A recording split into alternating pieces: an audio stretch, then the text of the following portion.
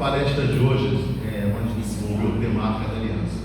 Qual é o grande lance da palestra? Tirar os senhores da área de conforto. Eu vou trazer várias temáticas históricas, outras subjetivas, outras até filosóficas e algumas, como é que se diz, alguns questionamentos possíveis ou não. Qual é a ideia disso? Depois de uns 5 ou 6 questionamentos desse, a gente vai ter um pano de fundo maior para poder contestar, contextualizar, afirmar alguma coisa. Sabemos que nas lojas antigas, que eu não peguei, eu vou fazer 10 anos de maçonaria, mas visitando eu já vi, em algumas lojas antigas, Soares deve lembrar isso, ficava uma Arca da Aliança ali à nossa direita, à minha direita no caso, e às vezes uma menorada lá de fora. Em alguns graus filosóficos ainda mantém esse padrão. Isso tem um porquê de estar ali. Por exemplo, aqui do lado de fora, ali no nosso lar, seria o primeiro momento, fazendo paralelo com o templo de Salomão de Davi, seria o primeiro momento do templo. Aqui seria a segunda sala e aqui seria a terceira câmara. O Santíssimo, o Santo dos Santos, Santo Sanctório. E a Arca da Aliança ficava ali, ao lado de uma mesa, com os pães, não fermentados, o candelabro, o menorá de 7 braços, tinha tudo esse arcabouço no templo. E algumas lojas maçônicas, durante muitos anos, continuaram com essa tradução, uma réplica pequenininha da arca, um simbolismo, uma foto, um retrato, um quadro na parede, que ficava aqui do lado direito. Eu não peguei, visitando eu já vi, mas eu não peguei na minha, como é que se diz, na minha continuidade maçônica, nos meus poucos 10 anos, eu não peguei isso literalmente. Soares pegou, sabe? Essa representação da arca, menorá,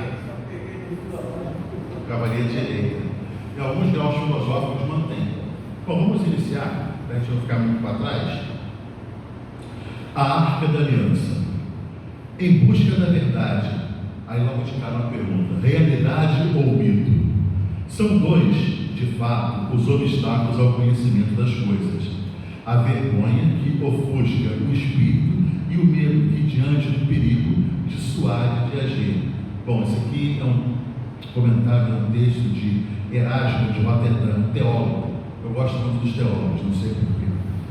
Descrição bíblica da Arca da Aliança. Faz uma arca de madeira de acácia com 2 côvados e meio de comprimento e 1 côvado e meio de altura, com 1 côvado e meio de largura. Tu a cobrirás de ouro por dentro e por fora, e farás sobre ela uma moldura, ou seja, um tampo reforçado.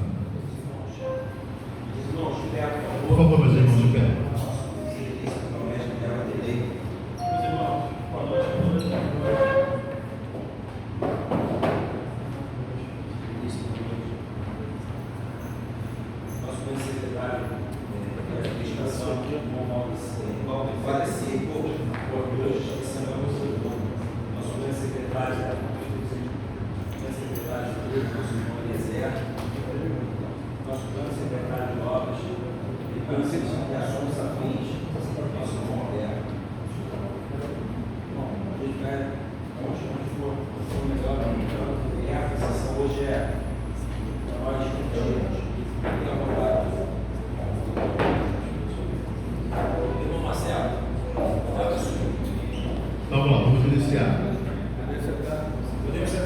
Podemos sentar.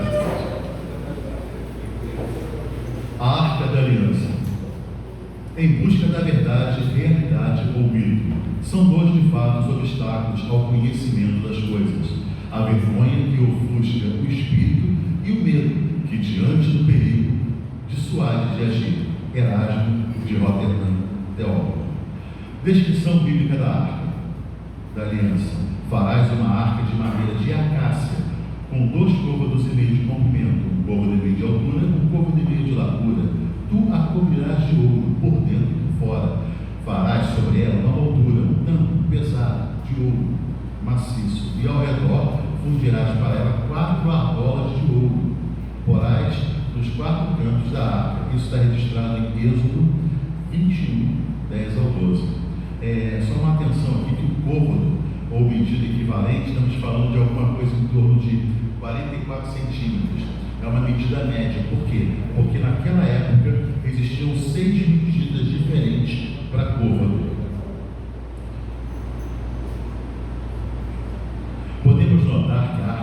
aliança, ou seja, essa descrição bíblica, ela é bem diferente da cinematográfica, né? Cheia de coisas, cheia de desenhos, cheia de detalhe. Era uma caixa de confecção simples, conforme a padronização que foi pedida. O Antigo Testamento fala claramente dos ditos superpoderes da Arca da Aliança. Quando foi roubada pelos filisteus, estes trataram de se livrar logo dela, rápido, trouxeram de volta, pois seu povo foi penalizado com uma praga terrível, tumores cancerígenos, e também é atribuída a este artefato a queda das muralhas de Jericó, pelos seus poderes ou supostos poderes. Pessoas que tocaram inadvertidamente o objeto morreram no ato, imediatamente. Aqui eu estou falando da situação de usar, né? Depois, se vocês quiserem, posso passar o texto, tudo direitinho.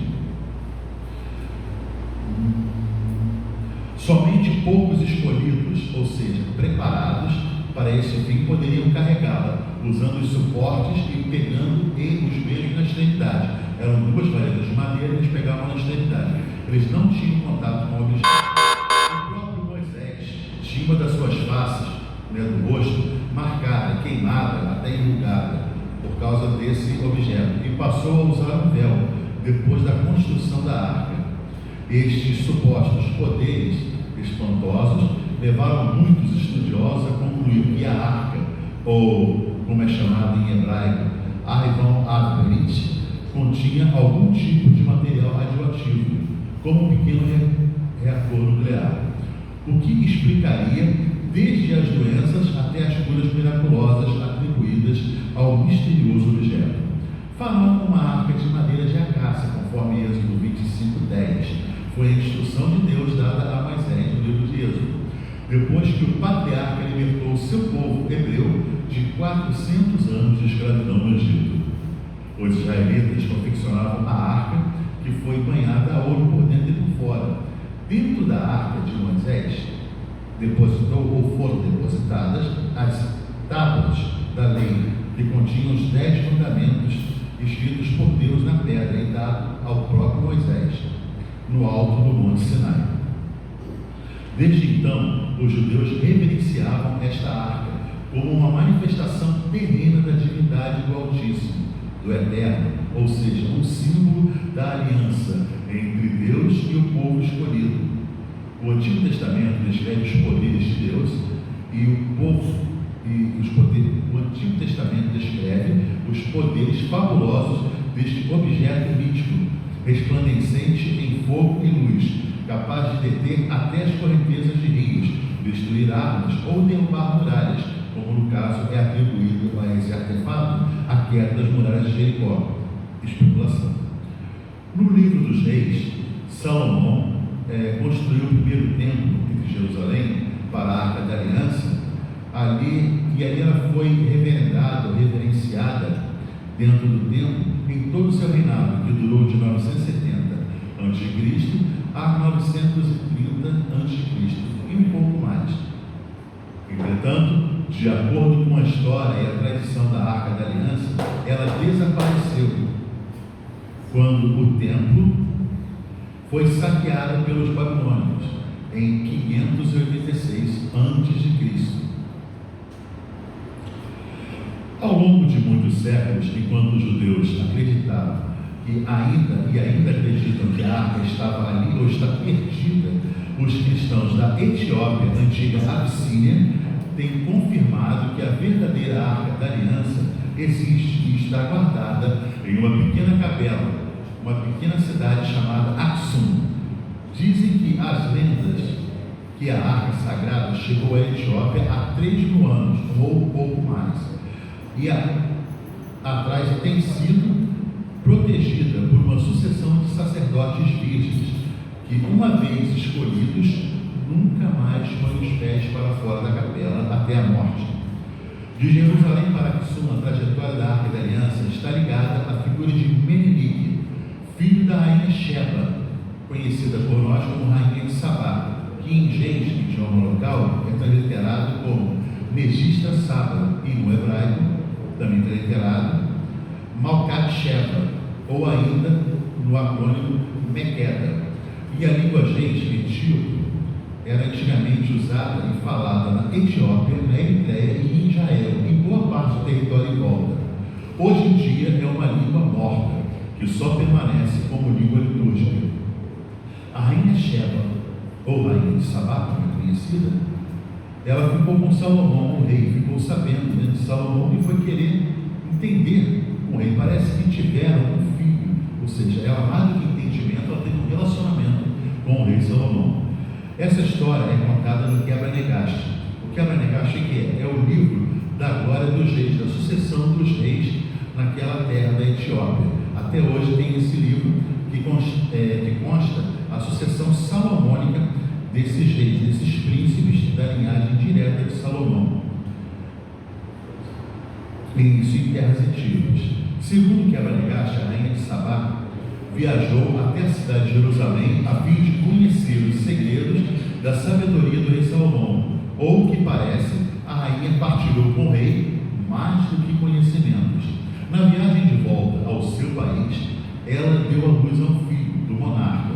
Nascia então o príncipe Menelik, que ficou conhecido como Menelik I. Isso demorou 9 meses e 5 dias após a rainha de Sabá ter se separado de Salomão. Na terra, isso aqui é interessante, na terra de Balanzadiraiana, ou seja, essa tradução aqui para o português é um troço parecido com balangandante. Aí eu fui tentar entender o porquê. É porque nessa terra havia tremores de terra, nesse local onde nasceu Menelik.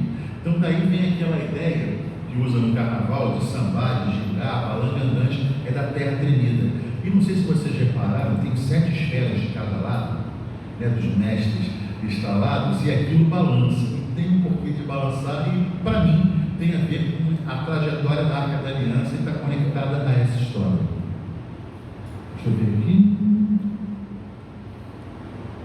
Sim, então ela deu à luz a um menino que foi chamado de Payaneleken, que, de acordo com as lendas etíopes, ele nasceu na província de Ramsien, na Etiópia, perto da Eritreia. Aos 12 anos de idade, o jovem príncipe Menelik quis saber quem era o seu pai e ouviu dizer que era o rei Salomão.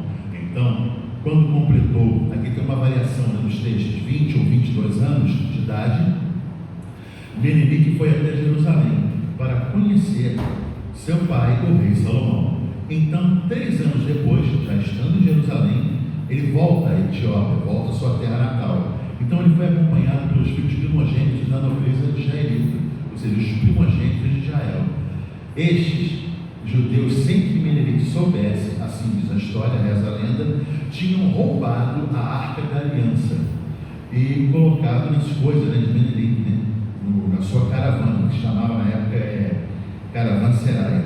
Então Menelik concluiu o seguinte: pela gravidade do fato e da arca não ter feito deles, que nem fez com muitos outros que tentaram se apoderar dela, segundo as lendas, como não aconteceu nada com ninguém, Menelik achou que era a vontade de Deus que a arca fosse com ele para Aksum, que o objeto sagrado ficaria com ele em seu país. Outra versão, aqui a gente vai mudar a tônica, outra versão afirma que a arca foi levada por Menelik, que a que ele levou deveria ser uma cópia, que foi trocada por esses mesmos príncipes de Israel que ajudaram a tirar ela do local. É muito controversa essa situação, muita gente afirma, muita gente discorda, muita gente concorda, mas nada de concreto. Muitos historiadores, como Richard Boxall, um pesquisador britânico que viveu na Etiópia por quase 50 anos, datou o livro, estamos falando do Quebra-Negaste, dos manuscritos, como sendo do século XIV, ou seja, anos 1300. As crônicas em idioma copta teriam sido copiadas dos originais muito mais antigos. O livro foi escrito para validar a reivindicação dos descendentes de Menelik, que se consideravam herdeiros da realeza de Salomão. E pontuando assim, né, sendo os governantes do seu país, ou seja, essa sucessão salomônica, toda ela na Etiópia. Eles pontuavam: não, nós temos direito ao trono porque somos herdeiros de Salomão, temos nessa nossa linhagem. Agora falando sobre a sua santidade, né? E eles afirmam que essa sucessão salomônica, ela jamais foi quebrada na Etiópia, até os dias de hoje. Agora vamos para um outro comentário, uma outra tônica. Sua Santidade Abuna Paulus, patriarca da Igreja Ortodoxa Etíope, isso em 2007, e ele está lá no cargo desde 1992. Ele é PhD em Teologia, nos Estados Unidos, pela Princeton University, sendo ele dotado de ser a pessoa que toma conta da igreja, ele do alto de toda essa realeza, porque ele sentado no trono de ouro, na Etiópia, ele explica: nós temos 1000 anos de judaísmo, seguidos por 2000 anos de cristianismo. Nossa religião tem suas raízes no Antigo Testamento. Seguimos a mesma dieta dos judeus, segundo as leis estabelecidas no Levítico. Os pais fazem circuncidar os meninos e escolhem nomes dos filhos entre os personagens do Antigo Testamento. Muitos observam o descanso do sábado, nem todos. O Shabá. Sobre a rainha de Shabá, ele acrescenta: o patriarca diz, a rainha Sheba visitou o rei Salomão em Jerusalém há 3000 anos, e o filho dela, o rei Menelik, aos 22 anos, foi à cidade de Jerusalém, aonde trouxe a arca da aliança para Sul. É uma afirmativa do Abuna Paulus. Não é mais ele que está lá, ele já morreu, já é outra pessoa na sucessão, que eu não me recordo o nome agora. Bom, ele continua dizendo então: Abuna Paulus, que não põe em dúvida a tradição da arca da aliança, nunca viu a arca. O objeto é tão misterioso que nem o patriarca tem esse direito. O guardião da arca é a única pessoa no mundo que tem essa honra. A arca não permaneceu em Aksum ao longo da história. Os monges a mantiveram escondida por 400 anos, e sempre que houve o risco da relíquia cair em mãos profanas, eles abrigaram ela no mosteiro, que fica na ilha do Lago Tana, a 20 milhas a noroeste do caminho para Aksum, ou seja, um desvio, um caminho, uma rota que dá para o Lago Tanas.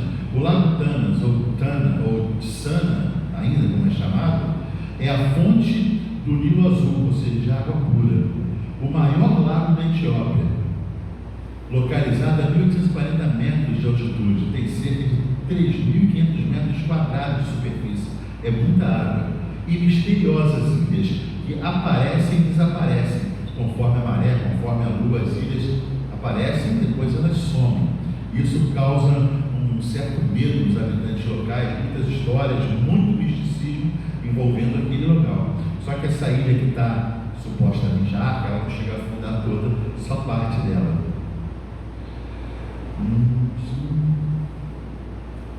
Bom, e lá nesse local eles ainda usam embarcações primitivas feitas de papiro, de amarrando juncos, igual aos egípcios, bem semelhantes aos egípcios. A ilha supostamente que encontra-se a arca se chama Tanacircos, ou Tanachecos, ou Tanaticircos, depende muito da tradução, porque aqui eles fez um trabalho em cima do idioma, um idioma morto, que é o gente, e para ele você não encontra na internet ninguém que fale a pronúncia corretamente, então a gente fica na dúvida de como seria chamado. É considerada uma ilha sagrada e apenas os monges da igreja ortodoxa etíope vivem lá. Imaginemos assim, vamos fazer um quadro mental, como se fosse na visão de um viajante chegando até a ilha. Ele diria, à primeira visão, à primeira vista, a ilha é um paredão de pedra, de 150 metros de altura e mais ou menos meio quilômetro de largura. O barco acerca-se de um pequeno cais quando chega para um caminho feito na rocha, para botar o pé na rocha para você subir. Eu vi as fotos, é realmente algo muito difícil para você chegar na ilha. Então, um monge vestido de amarelo aguarda e logo faz a vistoria no barco.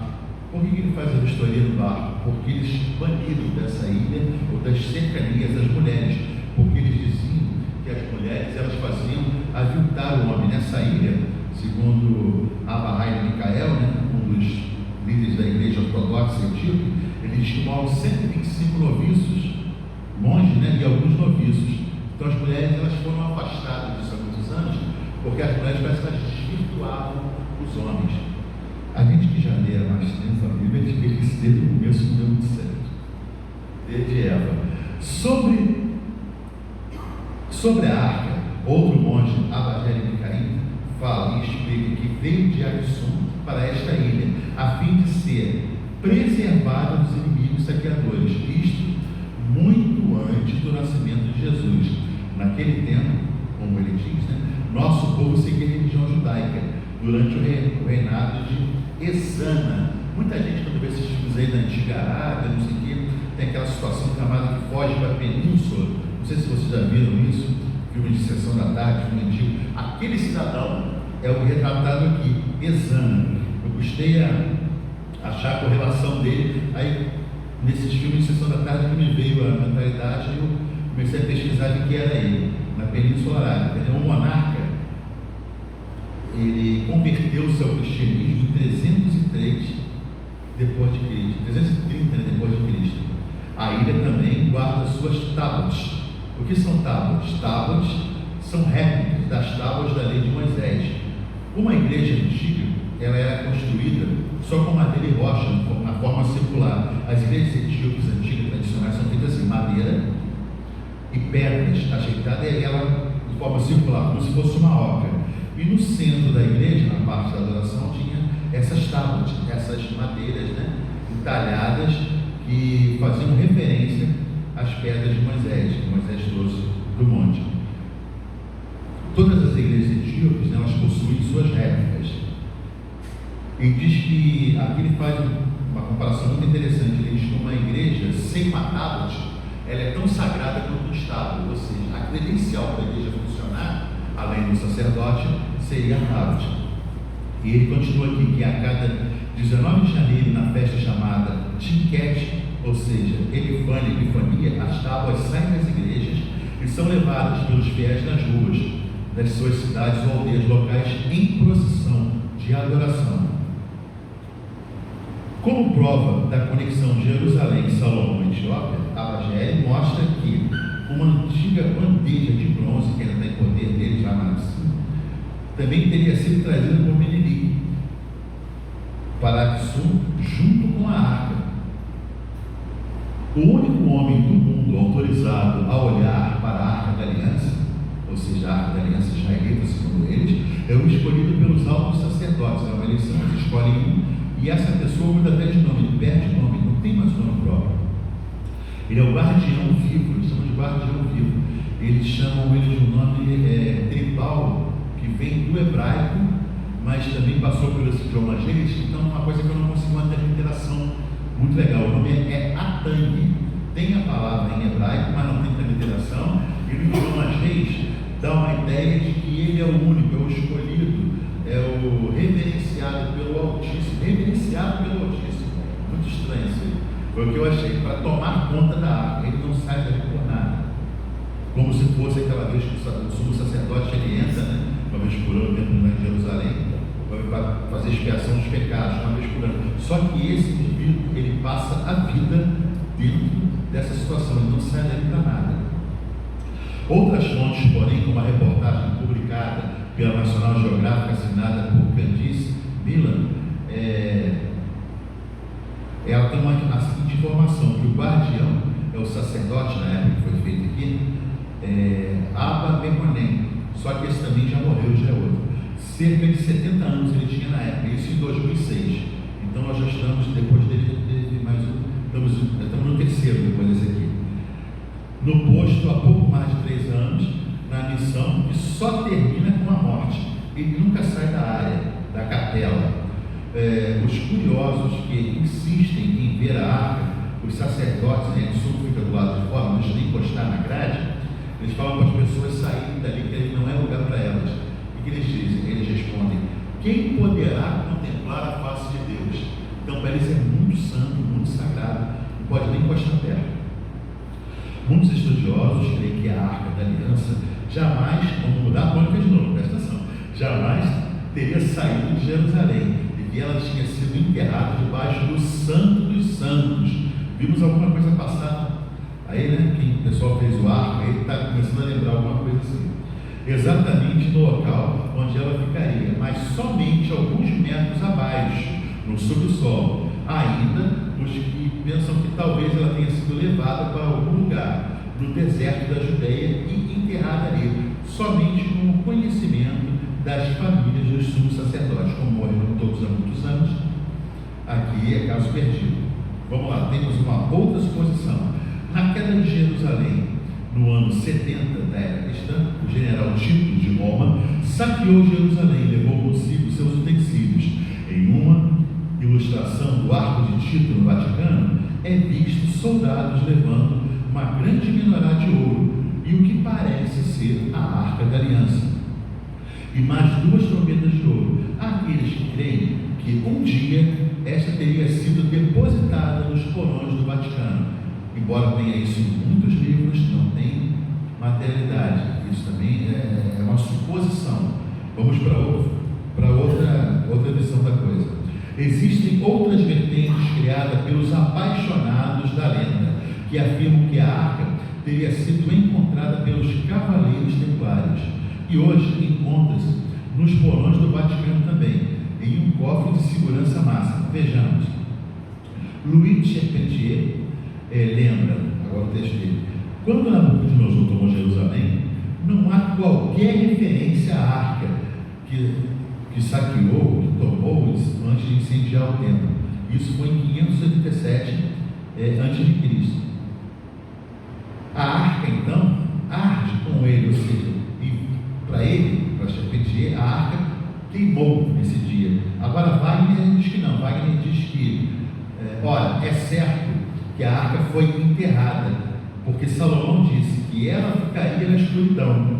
Então, baseando nessa citação de Salomão, ele diz que a arca só poderia ser enterrada, porque não podia ser vista, ou seja, não poderia ter saído também do Santo dos Santos, estaria soterrada. Charpentier ainda fala aqui, vê a prova disso num texto antigo, que se refere à arca, dizendo: quando a arca da aliança foi enterrada, levou-se para o Gerizá. O que é Gerizá? Gerizá é uma palavra hebraica que, a transliteração para o nosso português seria um cofre, seria armazenamento ou sala de armazenagem. Acho que ela foi guardada. Seria isso que eu achei de mais concreto.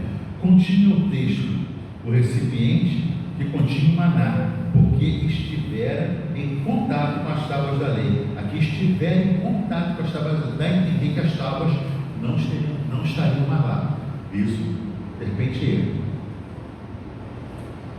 Bom, para Charpentier, ainda continua: isso não tem a menor dúvida. O camarada afirma: a arca ficou no local, escondida sob o templo, e os templários descobriram. Esta afirmação deverá ser aceita com muita circunspecção, ou seja, pé atrás, mas não deixa de ter interesse, ou não deixa de ser interessante. Se admitirmos por um instante a sua veracidade, a hipótese, a probabilidade, isso dá uma investigação. E torna-se até lógico pensar, porque entre 1104 e 1108, Roque de Champagne e Roque de Pagny, uma espécie de aventureiros da Arca Perdida, uma correlação tipo Indiana Jones, tenham conseguido descobrir documentos que permitiram localizá-la. Eu vou ler um aqui. O trabalho dos monges de Cister, ou seja, os monges brancos, e dos sábios judeus que os ajudaram, teria considerado então, na tradução e interpretação dos textos, eventualmente fragmentados, traduzidos por Roque de Champagne, que diz que depois de munidos de mais informações adequadas e depois de terem obtido com o seu alojamento local do Templo de Salomão, os primeiros cavaleiros do templo, esses teriam podido realizar escavações que os conduziram à descoberta da arca. Bom, o tempo é propício, mas a afirmação disso a gente nunca vai poder fazer até o momento. A não ser que sejam descobertas novas fontes, novas escavações, coisas mais palpáveis. Isso aqui é só uma visão desse historiador, dessa pessoa que se colocou nessa situação de afirmar. Bom, quanto a isso, Charpentier cita, ainda continua. Em primeiro lugar, comemora uma tradição oral que faria os templários, os detentores das tábuas da lei, Então ele fala sobre o regresso ao Oriente dos primeiros templários, que foi em 1128. Assim, eles abandonaram a sua missão, ou seja, não era mais para tomar conta de Jerusalém, quando eles largam e vêm embora, e foi de forma abrupta. Então aqui é uma desconfiança dessa ordem militar, dotada de uma regra especial, moral. Por que eles fariam isso? Então há muitas perguntas, muitos questionamentos. Não bastaria enviar um embaixador, tanto mais do que os cavaleiros, ou seja, não precisaria mandar alguém na frente e dizer: olha, a gente parou o serviço aqui, cessou, vai cada um para o seu lugar. Não, saíram todos eles juntos. Por quê? Desguarnecer a cidade santa e sair todo mundo junto. Então isso aqui gerou muita controvérsia, tanto no meio dos arqueólogos, quanto nos historiadores, e científicos em geral. E fala também da força dos apoiadores, porque os cavaleiros templários tinham gente para financiar essas idas, né? São Bernardo, ele começa assim, fala sobre os apoiadores. Bem, aqui demandiei convosco nosso Salvador Jesus Cristo, o qual enviou seus amigos à santa cidade de Jerusalém, a marca de França e da Borgonha, fala da viagem do regresso. Charpentier comenta e sublima: a obra é realizada com a ajuda de nós, eles falam assim lá, e os cavaleiros foram mesmo mandados à marca de França e de Borgonha, isso segundo a história, isso é verdade, e a Champagne, outra cidade, sob a proteção do conde de Champagne, ou seja, eles tinham uma escolta para chegar nesse lugar. Então já eram cavaleiros armados, saíram com um destacamento grande, rápido, às pressas, e tinha todo um aparato político da época. Isso aqui causa, né, nessa comunidade que estuda esse tipo de assunto, um frenesi danado. Todo mundo acha que os cavaleiros templários se acercaram da arca e a trouxeram, porque até não só poderes públicos e eclesiásticos ajudaram nessa retirada. Naquele lugar onde nessa época se pode garantir, né, um melhor segredo, um melhor sigilo, uma melhor vigilância, um esconderijo para tal artefato. Bom, vamos agora passar para o que aconteceu com a arca nos últimos anos. Os povos que tomaram conta de Jerusalém após a sua queda. Muitos povos passaram por Jerusalém após o sumiço da arca. Bom, nada de Montenegro, Etiópia ou Babilônia, você se descarta isso na narrativa nova.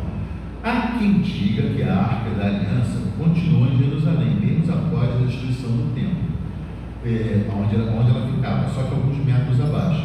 O problema é que nos últimos 2.500 anos, vários povos conquistaram e reconquistaram a cidade santa de Jerusalém, e todos eles podem ter encontrado a arca da aliança. Vejamos, vamos pelos anos. 577 a.C., os persas derrotam os babilônios, e seu rei, Ciro, devolve Jerusalém aos judeus. As obras do novo templo são concluídas em 515 a.C. Depois, em 332 a.C., um líder macedônio chamado Alexandre, que logo foi reverenciado de Alexandre o Grande, ele derrota o rei da Pérsia, Dario, e conquista a Palestina. Isso ele está vindo rumo à Ásia. Então ele passa por Jerusalém. E nessa estrada de Jerusalém também há indícios que de repente ele possa ter se apoderado da arca. Só indícios. Em 320 a.C., 3 anos após a morte de Alexandre, a cidade de Jerusalém é capturada pelo faraó egípcio Ptolomeu I. Em 198 a.C., os Seleucidas tomaram a Palestina e saquearam o templo, mas, liderados por Judas Macabeus, os judeus recuperaram Jerusalém e a cidade santa. Vê que é uma reviravolta atrás da outra. Em 63 a.C., a Palestina é anexada ao Império Romano, e no ano 70, após a revolta em Jerusalém, o segundo templo é arrasado, completamente aniquilado pelo imperador Tito. Depois, em 135, o imperador Adriano refunda a cidade com o nome de Aélia Capitolina, expulsando de lá tantos judeus que depois só retornariam em 438. Em 614, já da nossa era comum, a Pérsia toma Jerusalém. E o Império Bizantino, 15 anos depois, os bizantinos retornaram e exigiram que os judeus se convertessem ao cristianismo. Em 638, 6 anos depois da morte do profeta Maomé, o fundador do Islã, o califa Omar toma Jerusalém. Ele permite que os judeus retornem. Ele tem uma outra visão, mas ele permite que os judeus retornem. Em 1099, liderados por Godofredo de Bouillon, os cavaleiros cristãos da primeira cruzada capturam Jerusalém e expulsam judeus e muçulmanos. Em 1187, a cidade é retomada pelos muçulmanos. Esses são liderados pelo general e estadista curdo Saladino. Em 1244, a dinastia muçulmana Ayyubide anexa a cidade de Jerusalém. E em 1260, um grupo de ex-escravos dos Ayyubides se revoltam, os mamelucos, depois que eles se rebelam, eles conquistam a cidade de Jerusalém. Em 1517, os turcos otomanos do sultão Selim I chegam à cidade de Jerusalém e a ocupam pacificamente, sem resistência dos mamelucos, porque realmente não dava para ele, era tipo assim, 40-1. Então eles preferiram realmente não lutar, foram inteligentes. Em 1917, durante a Primeira Guerra Mundial, os ingleses conquistam a Palestina.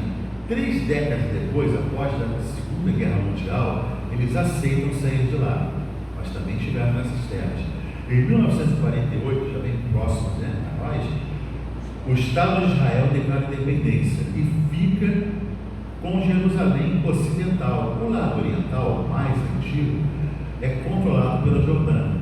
Já em 1967, os israelitas derrotam os árabes na Guerra dos 6 Dias e dominam a cidade e a região. Eles subjugam os árabes. Agora eu vou ter que fazer um breve relato sobre essa Guerra dos 6 Dias para a gente voltar na Arca, que parece que, segundo alguns escritores e historiadores, a Arca também tem alguma coisa a ver com essa guerra. Resumo histórico da Guerra dos 6 Dias. De um lado, o recém-Estado de Israel formado tinha 264 mil soldados, 300 caças e 800 tanques só. Do outro lado, a força militar árabe, composta por Egito, só o Egito tinha 240 mil soldados, mais Síria, Jordânia e Iraque, com 300 mil soldados, 957 caças, 2.504 tanques. O total de soldados das forças árabes eram 547 mil soldados, mais os apoiadores árabes. Aí a gente fala do Kuwait, da Líbia, da OLP, da Argélia, do Sudão, do Marrocos, Paquistão e Tunísia. Baixas, agora como resultado dos 6 dias de guerra, baixas do conflito pelo lado de Israel. Tem uma variação aqui de 776 a 983 mortos, vai muito dos livros, Então, vamos dizer que morreram 900, vamos ficar na média. 4.517 feridos, uma guerra sangrenta. 15 aprisionados, 46 caças abatidos, 400 blindados perdidos. Isso do lado israelita, do lado judeu. Do lado árabe, 15 mil mortos, o prejuízo foi maior. 45 mil feridos, 6 mil aprisionados, 452 caças abatidos e 965 tanques danificados. Foi uma lei. Quem já assistiu filmes, quem leu livros sobre, sabe que Israel como se diz, no primeiro dia ele marcou a guerra, porque ele começou a bombardear os postos de comida, combustível, as estradas, as fábricas e todos os campos de pouso, todos os aeroportos. Eles não tiveram reação. Os árabes, muitos dos seus armamentos não saíram nem do chão, eles não tiveram tempo de reação. Podemos notar que os números desse combate entre os judeus e os árabes são bem favoráveis ao povo judeu, embora as forças árabes fossem bem maiores e com muitos aliados. Alguns estrategistas e estudiosos nesse assunto chegam a questionar como os israelitas conseguiram tal feito em apenas 6 dias, pois haja visto que levaram uma inquestionável desvantagem perante os árabes. Os teóricos da teoria da conspiração chegam a dizer que essa suposta vantagem dos judeus está de alguma forma ligada aos ditos tais poderes especiais da Arca da Aliança. Isso aqui já é muita viagem, mas é o que tem nos livros de história. Se vocês forem atrás, eu passo aqui depois a lista de alguns. É o que mais se fala, de alguma forma a Arca da Aliança interviu nisso aí. Todavia, no campo das possibilidades, é só mais uma das inúmeras afirmações sobre a Arca da Aliança e seus poderes sobrenaturais, ou seja, tem mais cara de falácia do que outra coisa, mas isso é um conceito meu. Vamos ao final. O que sabemos de fato é que a cidade santa de Jerusalém mudou de mão várias e várias vezes nos últimos séculos. E a Arca da Aliança, se não foi destruída, totalmente destruída, pelos invasores, pode estar em qualquer lugar da Terra. Ou há ainda quem diga e defenda a tese, essa que é muito louca, que a Arca está fora do planeta. Bom, já ouvimos muitas conjecturas sobre o paradeiro da Arca da Aliança. Agora se faz necessário que usemos certa medida de discernimento e tenhamos em mente tudo o que aconteceu historicamente nos últimos 3 mil e poucos anos envolvendo o assunto Arca da Aliança. A quantidade das muitas matérias publicadas sobre o artefato só é superada pelo número de mitos, lendas, fanatismos, fantasias, inverdades e fakes sobre a Arca da Aliança. Com um estudo mais aprofundado sobre o tema, podemos ter um pano de fundo maior sobre tudo que acerca esse misterioso objeto, a Arca da Aliança. Tenhamos cuidado com as nossas conclusões, pois no meu humilde entendimento das coisas, esse tema ainda vai render muitas teses, palestras, filmes, livros, etc. Como estudiosos que somos, tenhamos em mente o seguinte: Sigmund Freud ele fala uma frase muito interessante: certezas absolutas nos cegam perante a novos horizontes. Então, pesquisa feita pelo irmão Marcelo, sou eu. A bibliografia, vamos lá, eu vou passar livros muito legais para ele. A Bíblia Sagrada, tem como não ser, né, várias edições. Dicionário Prologue de Hebraico, esse quebra mó galho. O Dicionário Hebraico-Aramaico, também quebra o galho.